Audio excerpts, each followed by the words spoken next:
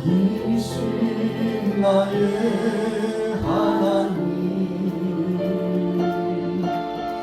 내가 주를 높이고 영원히 주의 이름을 송축하리이다. 다시 한번. 왕이신 나의 하나님, 내가 주를 높이고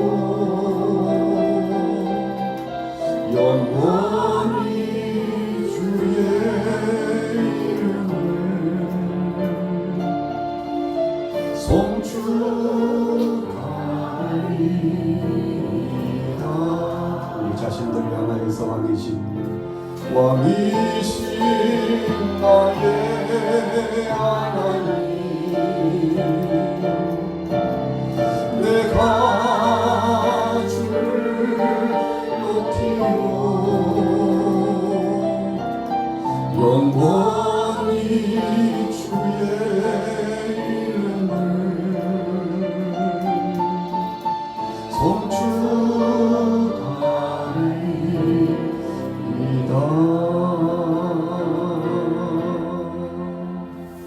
아멘. 오늘 본문 말씀을 보면서 베드로가 난처한 입장에 처해져 있었죠. 예루살렘 교회에 올라갔는데 동역자들이 베드로를 붙잡고 추궁하는 겁니다. 듣자 하니까 당신께서 이방인들의 집에서 먹고 마셨다는데 그것이 혹 아니죠? 사실이에요? 신문하듯이 오늘 본문의 초입에 아주 중요한 이 내용이 나타나고 있죠. 정말 그랬단 말입니까? 아주 강력한 어조로 마치 금세라도 잡아먹을 기세로 우는 사자와 같이 예루살렘 교회 사랑하는 동역자들, 유대인 형제들이 베드로를 달갑지 않는 태도로 보고 있었습니다. 그리고 누군가 대표자가 가서 따져 물었죠. 들리는 소문이 사실입니까? 베드로가 난처하게 됐습니다. 사실은 전통적으로는 관리에 따라서 습관적으로 전해 내려오는 생활 습성이 이방인들하고 함께 하는 것을 금하고 있었거든요. 음식을 같이 먹거나 또 같이 어떤 일을 진행하거나 동료로 지내는 것을 용납하지 않았던 때, 그런데 예수님을 믿고도 이 좋지 못한 악습이 아직도 예루살렘 교회에 있었고, 그리고 유대인 형제들의 가슴 속에는 이방인들을 보는 그 눈빛이 예사롭지 않았던 거죠. 그런데 설상가상으로 요즘 예수 그리스도를 믿는다는 이름으로 이방인 유대인들이 막 섞여가지고 음식을 먹고 찬양도 하고 기도도 하고 막 이런 소문이 들려와가지고 막 소름 끼친다고, 생각만 해도 소름 끼치고 보고 싶지 않는 광경이라고, 도대체 세상에 말세가 됐나 왜 이러는 것이냐라고 사람들이요. 대단한 상황이에요. 지금 그런 분위기인데 베드로가 그 분위기에 갖다가 기름을 뿌려가지고요, 이 분노가 하늘을 찌르듯 했어요. 해명 좀 해보시라고. 우리가 들은 말이 사실이냐고. 도대체 앞으로 교회가 어떻게 돼가려고 이 모양 이 꼴입니까요? 적어도 베드로가 수제자니까요, 지도자의 반열에 있었잖아요. 아주 좋지 못한 행동을 했다고 공격하는 겁니다. 그래서 베드로가 오늘 본문 말씀에 여러분들 내 말 좀 들어서 그럽니다. 나도 당신들처럼 그런 상식과 그런 생각을 얼마 전까지만 해도 갖고 있었는데, 사랑의 주님께서 환상 중에 하늘에서 보자기를 내려주는데 거기에는 온갖 짐승들, 또 공중에 나는 새들, 물속에 있는 물고기들, 가증스러운 것들, 하나님께서 금하신 것들, 가증스러운 것들이 보자기에 가득 있어. 보기만 해도 흉측한데요. 뭐뭇하고 보고만 있었더니 주님의 음성이 들려오기를 풀어서 나보러 먹으라네. 여러분들, 당신들 같으면 먹을 수 있겠어? 그 보자기 속에 있는 가증한 것, 하나님이 금하신 것들 먹을 수 있겠냐고. 어이구, 먹어서는 안 되지. 말도 안 되지. 그러지. 나도 그랬다네. 그런데 주님의 음성이 들려오기를 내가 깨끗하게 했으니 먹으라 하셨네. 도대체 이 말씀의 의미가 처음에는 몰라가지고 내가 당황스러워하고 있을 때 주님 말씀이 세 번째 또 임하셨네. 내가 깨끗하게 했다니까, 먹으라니까. 여러분들 생각해보게. 여러분들 같으면 주님이 깨끗하게 하셨다는데 먹지 않고 버틸 재간이 있는가? 주님이 말씀하셨다면 다르지. 주님이 깨끗하게 하셨다는데 그러면 또 입장과 상황이 달라지는 것이지. 예루살렘 교회 사랑하는 유대인 형제들이 예수님을 구주로 영접하고도 편협한 마음을 갖고 있었던 이 사람들이요, 베드로의 설명을 듣고는 깜짝 놀라기도 하고 충격이 다가오기도 하고, 이 일을 어떻게 해야 되나 걱정 반, 이렇게 되는 것이구나 하고 안도의 한숨 반, 그러면서 베드로의 그 설명에 귀를 기울이고 최종적으로는 아멘. 주님께서 이방인들에게도 생명의 복음의 씨를 뿌리게 하시고 그들에게도 구원 얻는 생명의 복음이 증거되게 하시고 그들에게도 우리 유대인 형제와 똑같이 주님께서 저들을 차별 없이 사랑하셨구나. 여러분, 이때부터요, 이 전도하는 방식과 교제하는 이 범위와 인간 관계와 또 교회 안의 공동체 삶과 사람들과의 관계 속에서 함께하고 있는 이 동역자들의 모습이 다 달라졌습니다. 여러분, 오늘 본문 말씀은 우리가 지금까지 신앙생활 해오면서 어쩌면 장벽을 쌓고서 허물지 못했던 것에 대한 일침을 가하시는 주님의 말씀일 수도 있습니다. 성령 강림 주일을 맞으면서 그렇구나. 우리 같이 따라해 보겠습니다. 벽을 허물었도다. 벽을 허물었도다. 성령님께서 벽을 허물어 주셨어요. 인종차별의 벽을 허물게 하셨어요.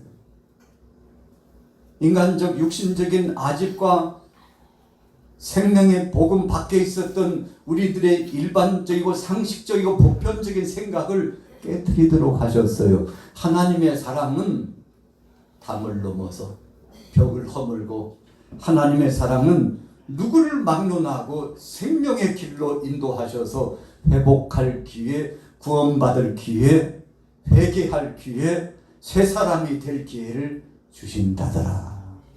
할렐루야. 여러분, 아주 이게 중요한 말씀입니다.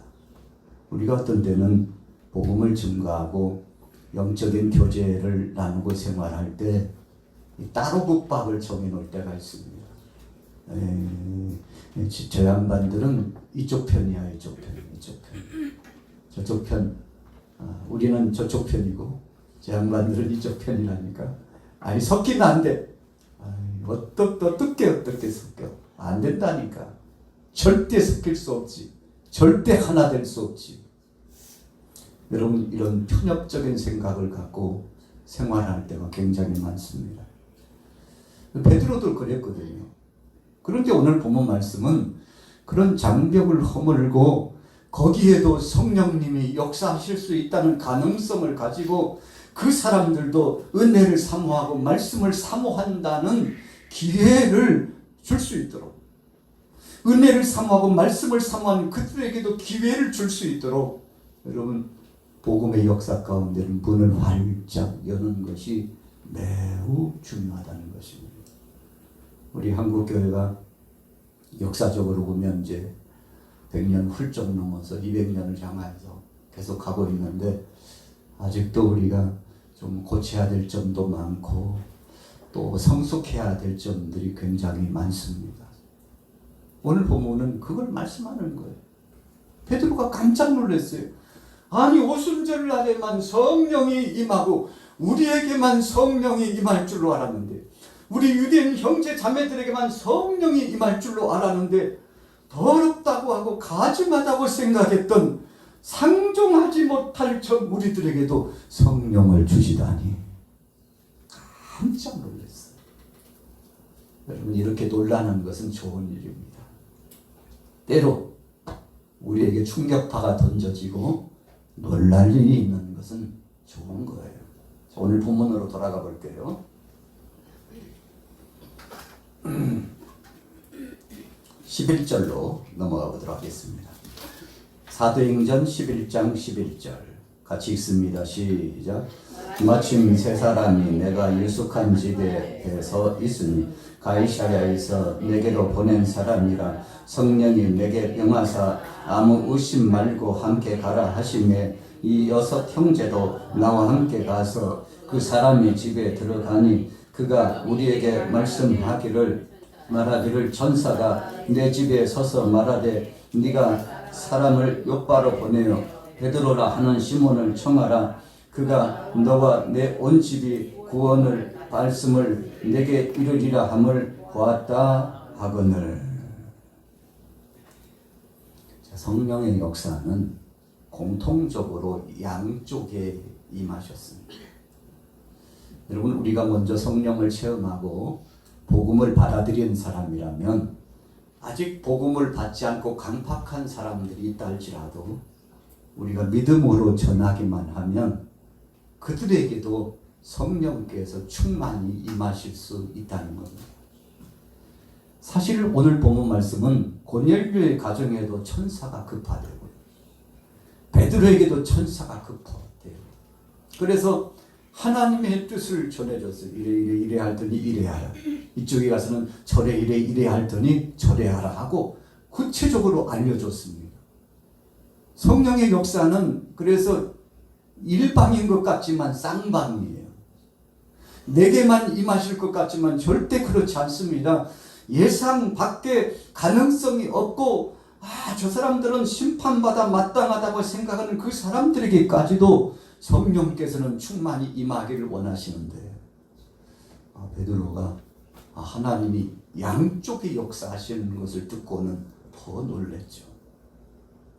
고넬료도 자기에게만 역사하신 줄 알았는데 베드로 편에 성령님이 함께 하셔서 천사를 통해서 함께 하셨다는 소식을 듣고 또 놀랐을 거죠.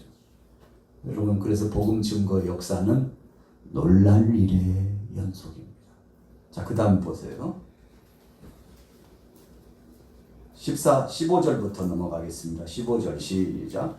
내가 말을 시작할 때 성령이 그들에게 임하시기를 처음 우리에게 하신 것과 같이 하는지라. 내가 주의 말씀에 요한은 물로 세례를 베풀었으나 너희는 성령으로 세례를 받으리라 하신 것이 생각났노라. 그런즉 하나님이 우리가 주 예수 그리스도를 믿을 때 주신 것과 같은 선물을 그들에게도 주셨으니 내가 누구에게 하나님을 능히 맡겠느냐 하더라. 베드로의 위대한 신앙 고백이 17절에 나오죠. 우리 같이 따라해 보겠습니다. 내가 누구이기에 하나님의 능력을 맡겠느냐. 자, 보십시오. 내가 누구이기에 하나님이 행하신 그 권능을 방해하고 거역할 수 있겠느냐. 그러니까 예루살렘에 있는 유대인 사랑하는 교우들, 형제자매들이 깜짝 놀랐죠. 거기에도 성령님이 그렇게 역사하셨다고. 우리에게 처음 임했던 그 성령님이 거기에도 역사하셨다. 그렇다니까. 동일하게 그 능력이 임하더니, 그 능력의 역사가 임하더니 그들이 회개가 터져 나오고 변화를 받고 예수님을 구주로 영접하고, 나는 말씀을 전할 뿐인데 저들의 마음이 활짝 열려가지고 예수님을 구주로 영접하고 회개가 터져 나오고 새로운 삶의 전환적인 역사가 드러났다고. 이 이야기를 듣고는 얼마나 놀랐는지. 하나님은 차별이 없으시구나. 하나님은 누구를 통해서든지 역사하시는구나. 하나님은 우리가 아니라도 다른 사람을 통해서 또 복음의 진수를 맛볼 수 있도록 일하시는구나. 여러분, 한편으로 보면 이 사도들은 사도권을 가지고 사역을 진행했잖아요. 적지 않게 충격을 받았을 겁니다.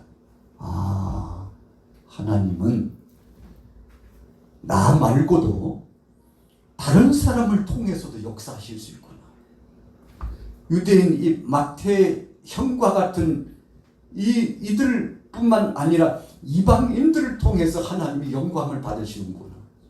여러분, 그래서 이 고넬료의 집에 베드로가 찾아가는 것은 교회의 역사 가운데 아주 놀라운 변화의 역사를 자리매김하는 대목입니다. 그래서 우리가 성령의 역사를 강조할 때 사도행전 2장의 말씀도 중요하지만 오늘 11장의 말씀도 굉장히 중요합니다. 또 안디옥 교회에 임했던 그 성령의 역사는 어떻고요? 여러분, 그래서 성령은 사모하는 자들에게 하나님의 뜻이 이루어지도록 복음 증거하는 곳에는 더 강력하게 역사하신다는 것을 믿으시기 바랍니다. 그래서 2000년 전에 역사하셨던 그 하나님이 지금 2025년도 우리 양화교회, 지금도 우리 교회 여러분들과 저에게 역사하는 것을 믿으시기 바랍니다. 우리 같이 따라해 보겠습니다. 성령은 지금도 역사하십니다. 옛날에는 전도도 잘 되고, 옛날에는 그냥 교회가 그냥 우죽수처럼 막 일어나고 교회가 세워지고 그런데 요즘은 그렇지 않은 것 같아. 그렇게 느껴지고 보여줄 수 있습니다. 여러분, 그것은 우리가 상황과 현상을 보고 미리 마음의 문을 닫는 거예요. 그러나 성령님은 2000년 전에 역사하셨던 그 성령님이 지금도 동일하신 성령님이시고, 그때 역사하셨던 그분이 지금도 사모하는 마음을 가지고 복음을 증거하는 교회와 사랑하는 교우들에게 열매 맺게 하는 축제를 누리게 해주실 줄로 믿습니다. 할렐루야. 여러분, 믿느냐 믿지 않느냐의 차이예요. 오늘 여러분들이 이 믿음을 가지고 지금도 나가서 전하면 문정원들이 돌아오게 될 줄로 믿습니다. 목사님, 교회가 이렇게 많은데 또 하나의 교회를 세워야 돼요. 여러분, 하나님은 그렇게 생각하지 않습니다. 더 많은 영혼들이, 무수한 영혼, 아직 돌아오지 않는 그 영혼들이 돌아오는 그 순간까지, 교회 수가 많고 적음보다도 더 중요한 것은 그 문 영혼들이 주님 앞에 돌아오는 그 순간까지 계속 저를 쓰시고 여러분들을 쓰시고 지 교회를 쓰시기를 원하신다는 거죠. 그래서 교회가 교회된 모습의 아름다운 모습은 복음주의적으로 열정을 갖고 생명의 복음을 증거하고자 하는 소원을 품고 이 소원을 실행하느냐에 달려있는데, 오늘 여러분들에게 이런 복음의 열정이 있기를 예수님의 이름으로 축복합니다. 자, 성경 보겠습니다. 18절로 넘어가 보겠습니다. 18절 시작. 그들이 이 말을 듣고 잠잠하여 하나님께 영광을 돌려 이르되 그러면 하나님께서 이방인에게도 생명 얻는 회개를 주셨도다 하니라. 그때 스데반의 일로 일어난 환란으로 말미암아 흩어진 자들이 베니게와 구브로와 안디옥까지 이르러 유대인에게만 말씀을 전하는데 그 중에 구브로와 그레네 몇 사람이 안디옥에 이르러 헬라인에게도 말하여 주 예수를 전파하니 주의 손이 그들과 함께 하심에 수많은 사람들이 믿고 주께 돌아오더라. 우리 같이 따라해 보겠습니다. 수많은 사람들이 듣고 주께 돌아오더라. 여러분, 베드로가 오늘 고넬료 집에 가서 행한 사역은 거기에 있는 그 영혼들을 구원하시기 위한 주님의 뜻이었습니다. 사실 굉장히 제한적으로 그리고 망설였죠. 베드로의 마음속에는 두 가지 마음이 있었을 것이라고 생각합니다. 첫째로는 주님이 지상 명령을 내렸는데 내가 이렇게 편협하게 가려서 전하면 안 되는데 라는 부담감이 있었을 겁니다. 그러면서도 두 번째는 이 장벽을 깨고 이제는 그들에게도 나가서 복음을 전하리라. 하나님은 저들도 사랑하신다는 이 마음의 소원이 한편에서 불탔을 겁니다. 그런데 전자보다도 후자편에 오늘 베드로는 마음을 정한 겁니다. 그리고 주님이 부르실 날이 가까우는 바로 그 즈음에 베드로는 마지막 순간까지 복음을 증거하면서 오늘 주제와 같은 예수님의 말씀을 아주 명심했을 겁니다. 같이 따라해 보겠습니다. 하나님이 깨끗하게 하셨다. 하나님이 깨끗하게 하셨다. 여러분, 우리가 하는 게 아닙니다.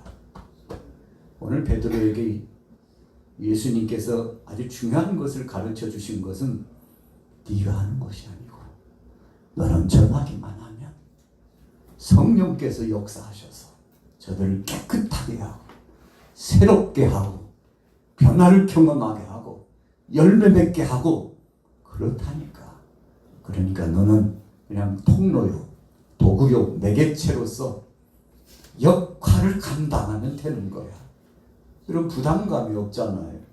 여러분들이 복음을 전할 때 저 사람이 돌아와야 되는데 열매 맺혀져야 되는데 안 되면 어떡할까 하고요. 근심과 걱정이 가득 차가지고 막 두려움 반, 걱정 반, 막 무수한 것들이 우리를 지배하고 있다면 어쩌면 주님이 기뻐하시지 않을 수 있어요. 왜요? 내가 할 수 있다고 생각하는 의욕은 중요한데 하나님 앞에 맡기지 못한 약한 믿음이 그 속에 있기 때문에 그렇거든. 그런데 주님 오늘 전하오니, 오늘 주님 선포하겠사오니, 주님 오늘 작심하고 권하겠사오니 역사는 주님이 하실 줄로 믿습니다. 할렐루야. 베드로에게 그거 가르쳐 주는 거예요. 야, 너 유대인 형제들 때문에 그렇게 부담감을 갖고 있어? 언제 그걸 내려놓으려고? 그 부담감을 이제는 내려놔. 내 핑계 대면 되잖아. 주님이 깨끗하게 하셔서 먹으라고 하셨는데 다른 도리가 없었다고 그렇게 전하라니까. 베드로의 마음속에 확증이 와가지고 가가지고 사랑하는 형제들에게 선포했죠. 그대로 전했죠. 그랬더니 성령님이 역사하셔가지고 사랑하는 형제 자매들이 감동을 받고 변화를 경험하게 되었잖아요. 우리 같이 따라해 보겠습니다. 주님이 하십니다. 주님이 하십니다. 오전 예배에도 중심 주제가 그거였잖아요. 우리 주님이 성령 안에 역사하시는데 오늘 오후 예배에도 함께 하신 여러분들을 축복합니다. 베드로가 부담감을 덜 수 있었어요. 베드로가 이제는 자유인이 되었습니다. 어떻게요? 복음 안에서 자유인이 되었어요.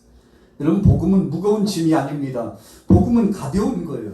주님이 대신 짊어져 주시기 때문에 주님 손 잡고 가면 저절로 역사가 나타나는 것이고 내 뒤에 역사하시고 내 앞에 역사하시는 그분이 하시는 것이기 때문에 여러분 내가 하려고 하면 굉장히 힘듭니다. 그러나 주님이 하신다고 믿고 맡기고 가면은 술술술술 실타래가 풀리는 것처럼 풀려나갑니다. 오늘 이런 경험을 하시기를 예수님의 이름으로 축복합니다. 그래서 유대인 형제들도 무동성으로 거기에도 하나님의 역사하셨단 말이지. 거기에도 성령님이 역사하셨단 말이지. 자, 결론 18절 한 번 더 읽어보고 마칩니다.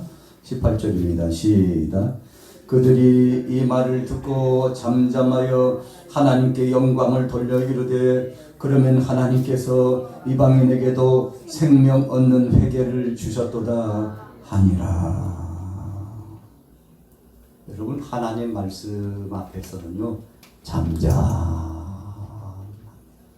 유구무원 더 이상 변명이 필요 없습니다. 핑계도 필요 없습니다. 하나님이 하셨다는데 할 말을 상실하죠. 아멘. 아멘.